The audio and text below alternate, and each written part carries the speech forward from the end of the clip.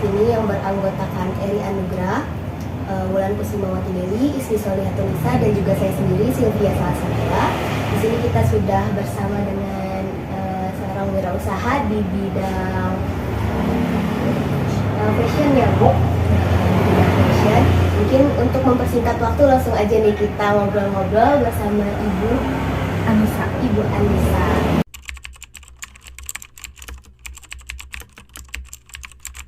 Perkenalkan, nama saya Anissa. Kebetulan saya juga salah satu alumni dari UPI. Ya, jadi dulu bisnis saya itu mulainya dari iseng-iseng aja sebenarnya. Dulu pas waktu jadi mahasiswa itu ingin punya uang tambahan, ingin jajan-jajan gitu. Nah, dulu tuh mulainya sebetulnya dari usaha online dulu. Jadi belum punya store seperti sekarang. Mulainya itu dari tahun 2014-an awal gitu. Nah, mulai punya store itu sekitar tahun 2015. Nah, jadi store kita ini mulai ada dari 2015 dan sudah menemani mahasiswa UPI sebenarnya dari sejak itu gitu.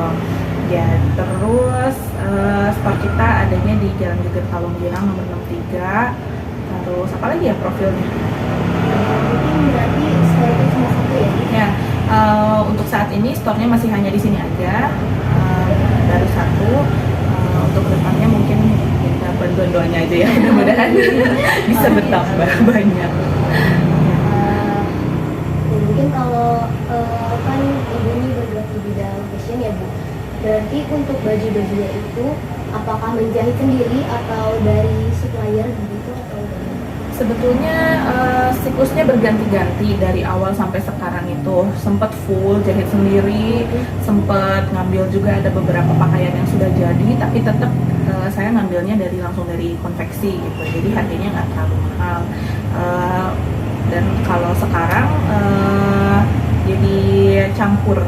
Jadi ada yang sudah request sendiri langsung ke penjahit, ada juga yang pakaian-pakaian yang sudah ready tinggal dijual gitu. Tapi intinya sih langsung dari penjahit.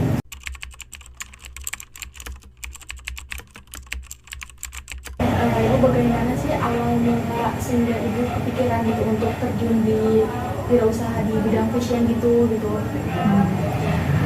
Sebetulnya pertamanya terinspirasi dari teman-teman yang ada di kelas waktu kuliah itu. Jadi ada beberapa orang yang sudah terpikir untuk berbisnis gitu. Salah satunya temen waktu itu dia tuh bikin kayak cemilan sederhana kayak lidi-lidian yang kayak gitu. Tapi dia tuh niat banget sampai bikin branding juga. Jadi bikin kemasan sendiri gitu. Nah dari situ mulai terinspirasi kayak kenapa ya kok orang pada mulai kepikiran ke situ sih. Sedangkan kita kayak lempeng-lempeng aja kuliah, pulang main gitu. Nah sebenarnya terinspirasinya dari situ. Nah kalau misalkan kenapa fashion, mungkin rezekinya aja kali ya di situ. Jadi waktu itu tuh kebetulan ada temen yang kakaknya tuh usaha fashion. Terus awalnya jadi reseller gitu. Jadi kayak aku jualin dong barang-barang teteh, tapi aku nggak punya modal gitu. Jadi waktu itu dikasih kayak misalkan aku naruh uang 500.000, dia kasih barang segimana, terus aku jual-jualin gitu. Jadi awalnya sebetulnya dari nggak sengaja aja sih ke fashion, cuma karena mungkin akunya konsisten, karena nggak ganti-ganti juga, terus nggak dapet supplier lain juga, jadi sampai sekarang terus-terusan aja di fashion gitu.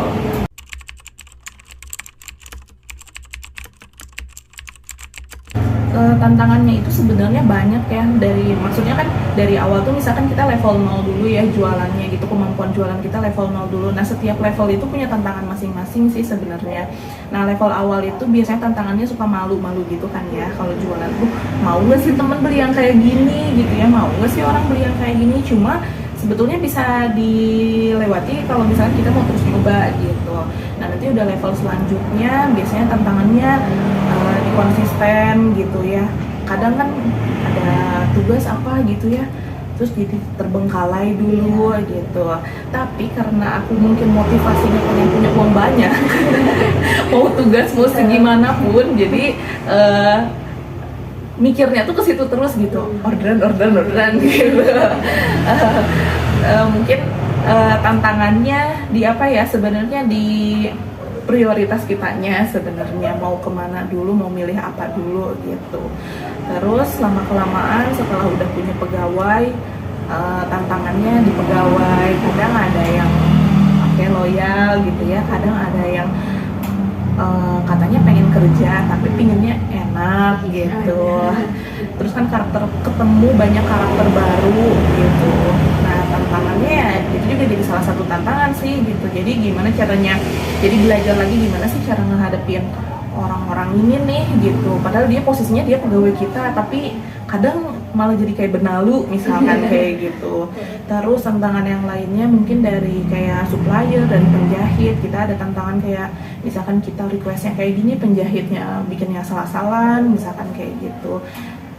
Sebetulnya ya bisa dilewati kalau misalkan kita tekadnya kuat aja sih, terus ikhlas. Jadi kayak udah gak bener, terus kalau misalkan kita uring-uringan terus kan, terus mau gimana gitu ya kalau nggak ikhlas-ikhlas gitu. Jadi kayak lebih kayak ke ikhlas aja gitu. Terus mau coba lagi, mau menerima keadaan, lebih ke kayak kalau misalkan itu nggak bisa ya udah cari yang lain, jadi jangan banyak pikiran aja gitu. Terus ya yang paling utama sih sebenarnya konsisten gitu. Kalau misalkan nggak mau konsisten kayaknya susah gitu, nggak akan bisa bertahan gitu.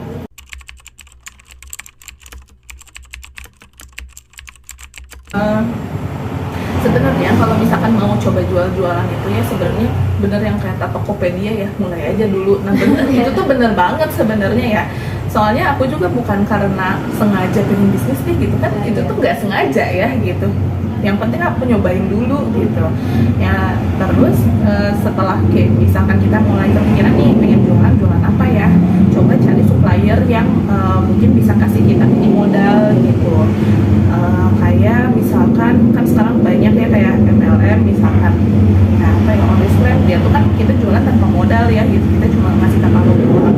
Atau sebenarnya kita nyari supplier yang murah nih, terus kita pajang-pajangin dulu aja foto-fotonya dulu gitu, nggak usah lah nyetok banyak gitu. Kalau misalkan nggak ada modal nih, nanti kalau ada yang order baru beli gitu, baru kasihin ke orangnya. Otomatis kan si nyangkut uangnya tuh gak lama-lama banget gitu. Atau mungkin kalau orangnya baik bisa diminta uangnya dulu gitu. Terus apa tadi tipsnya ya, setelah mau nyoba dulu, setelah nemu supplier, coba konsisten gitu. Karena soalnya apa ya, rata-rata yang nggak pernah berhasil itu, maksudnya bukan aku merasa berhasil ya, maksudnya yang nggak lolos terus tuh ya, kenapa sih aku tuh kayak mentok terus deh, jualan ini nggak beres, jualan ini udahan gitu. Sebenarnya karena nggak konsisten aja sih, ngerasa kayak gini, teman-teman aku udah beli semua, terus aku jualan ke siapa lagi gitu. Ya kan dunia ini tuh luas ya gitu maksudnya. Coba mulai lebih gali lagi wawasannya, gimana nih cara produk kita tuh bisa dikenal sama banyak orang gitu. Misalkan sekarang kan marketplace sudah makin banyak ya, coba jualan di Shopee dan lain-lain. Mereka udah punya fitur live ya dan lain-lain. Coba kalian live di situ misalkan. Atau misalkan kalau pengen tahu ya, seenggaknya pengen menggali pengalaman orang lain, bisa ikutan komunitas-komunitas. Jadi aku pun kemarin tuh sebelum pandemi apalagi sering ikutan kayak misalkan ada komunitas tentang wirausaha Bandung, nyempil aja dulu, siapa tahu dapat inspirasi gitu. Soalnya kalau misalkan aku udah mentok ya, harus ketemu orang. Jadi gimana ya, biasanya dia punya solusi. Dia pun kalau misalkan mentok nanya aku, dia kadang mau solusi gitu. Jadi memperluas wawasan sama ketemu sama orang-orang yang terjun di bidang bisnis sebenarnya, biar pengetahuan tentang bisnis kita tuh makin terbuka gitu.